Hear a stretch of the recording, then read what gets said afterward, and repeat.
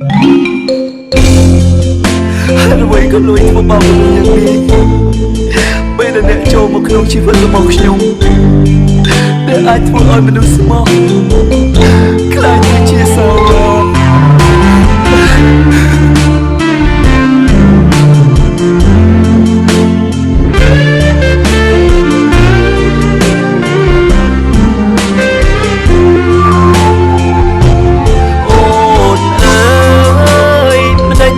វចិត្តម្លេះទេ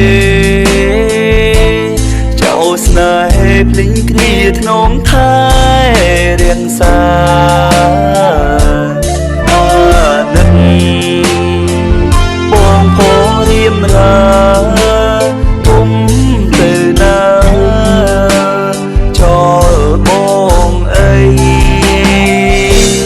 អូនអើយបើមិនអាណិត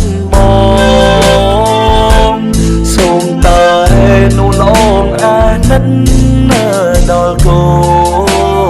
នវាយំស្រ័យរោគនួនល្អសូមវាសួនគិតដល់កូនផងណាអូនណាយល់ឡាដូវាស្នាចិត្តអូនដូចិត្តនឹមនួនចោលកូនកុំព្រីមេឃអើយជួយដង្ហើយធៀម